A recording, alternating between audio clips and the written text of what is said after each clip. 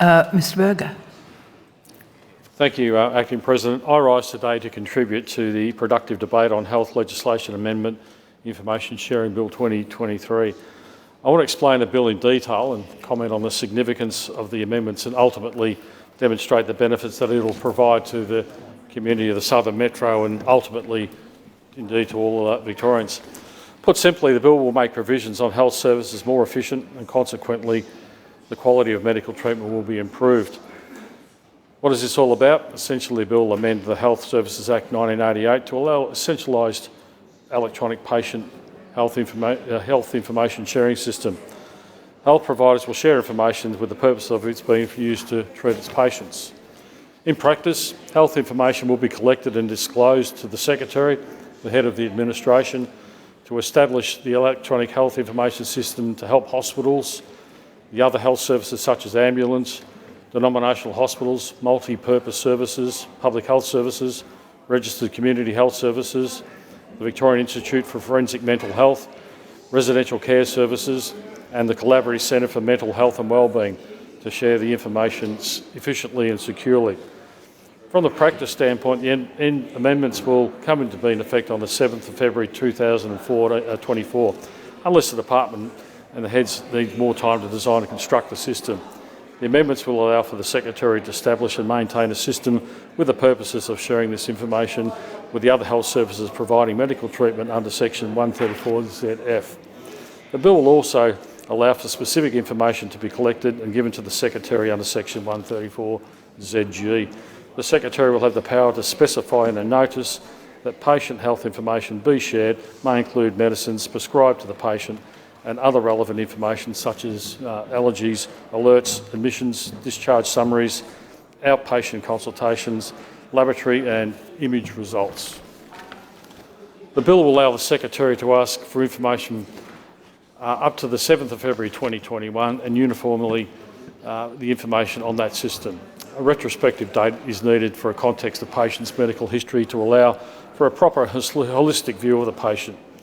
Importantly, Division 3, Section 134ZO allows for the effective maintenance and operation of the system and includes securely hosting the system with unique identification numbers. Why? Because it provides a better security of data management, guaranteeing the system operates safely, securely, effectively and with the correct information. I'd also like to outline the provisions of the legislations that are designed to keep personal information safe. Division 4 lists the offences which protects the information that is being collected and stored by the Secretary. It will be an offence to access private information unless authorised to do so. Penalties will include 2 years imprisonment and demonstrate the sensitivity of the matter. There is a new section, namely 134ZS. This stipulates that the system will hold specific information at one point in time. The initial health service providing that medical treatment will have no more information on that patient. As a result, the Freedom of Information Act does not apply to the healthcare database.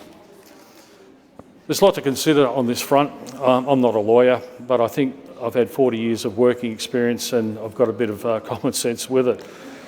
This government is not in the business of engaging with political arguments for the sake of it, but some have used straw man arguments to create division over this piece of legislation.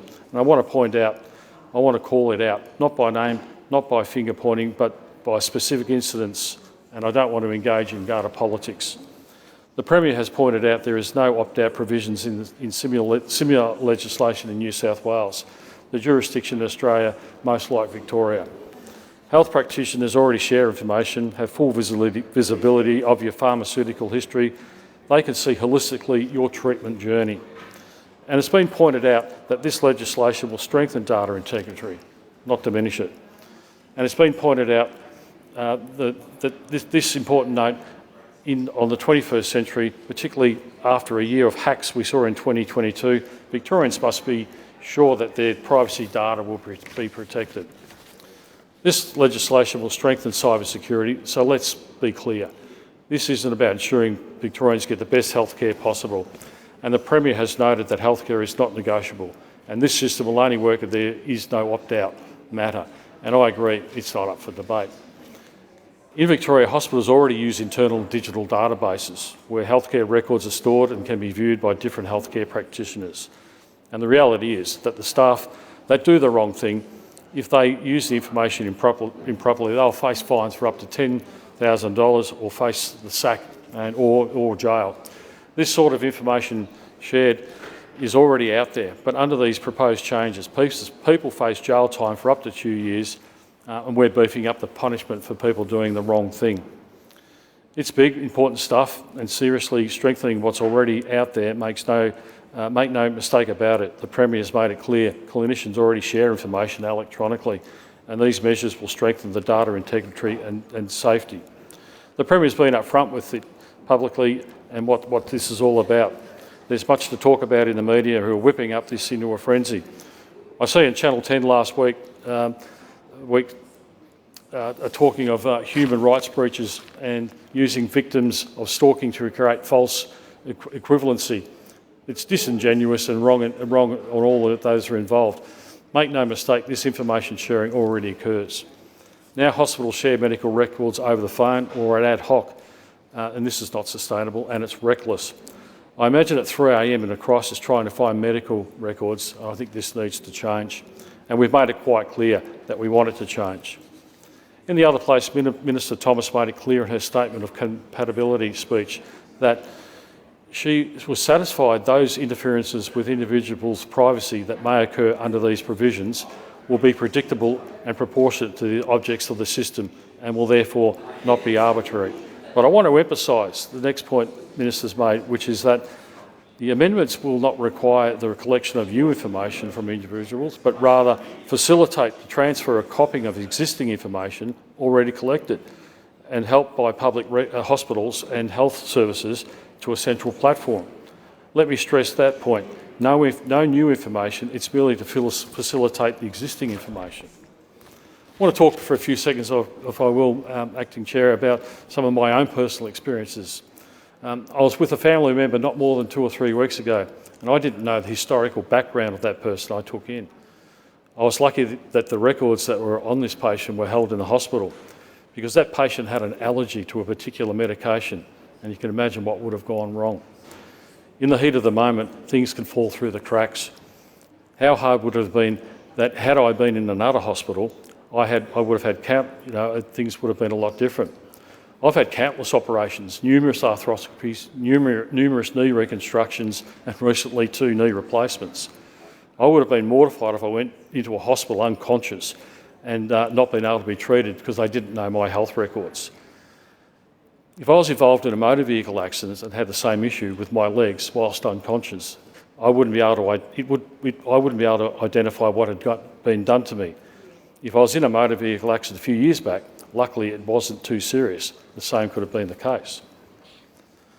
I want to know that I will receive the best care possible no matter what country or what part of the country I am in. What if I came across someone at a local sporting event that's had a concussion, if they had a history of concussion?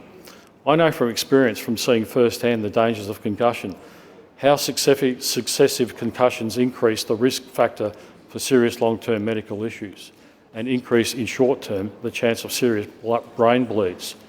I've been the president of local footy clubs, and I've seen from time to time when parents drop off their kids and they're not around to see the game in its entirety, that sometimes we've had to call an ambulance, and that ambulance has arrived and we've been unable to find out what the medical history was. So if there's no family around, what if nobody knows what the underlying conditions could be, and if they are treated and they are hurt, and if anybody can help?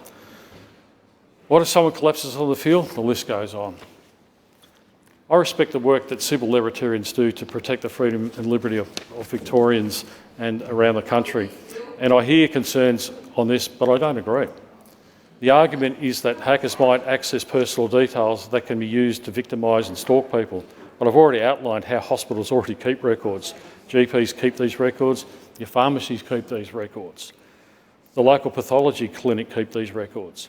Wouldn't it be better to have a centralised, secure, lockdown system rather than smaller ones where the public who use these systems have no idea of the system? Order. If they are breached, they have no recourse. Now they are streamlining the process. I don't want to get sidetracked about the reality of what's going on. I saw in The Guardian the other week a great point from the Victoria's medical body, the Victorian AMA, who said that the benefits outweigh the risk 99 to 1. The Victorian AMA President, Roderick McRae, made it clear that the system aligns with the existing schemes in New South Wales and Queensland. And again, if someone in intensive care, Mr McRae said, you may have no idea what medication they're on.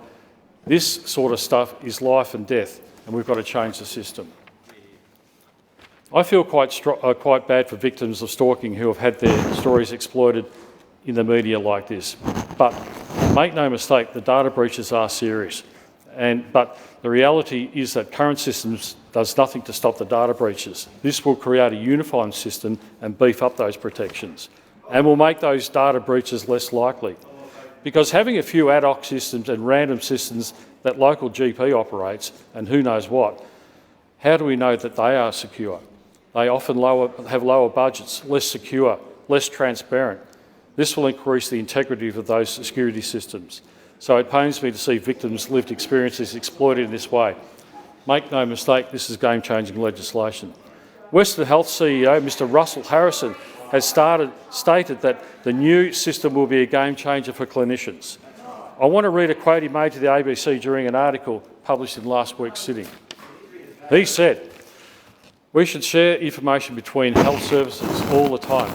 Generally, it's on the phone or by fax. So this would make it more efficient, much more secure and much safer." Much more efficient, much more safer and more secure.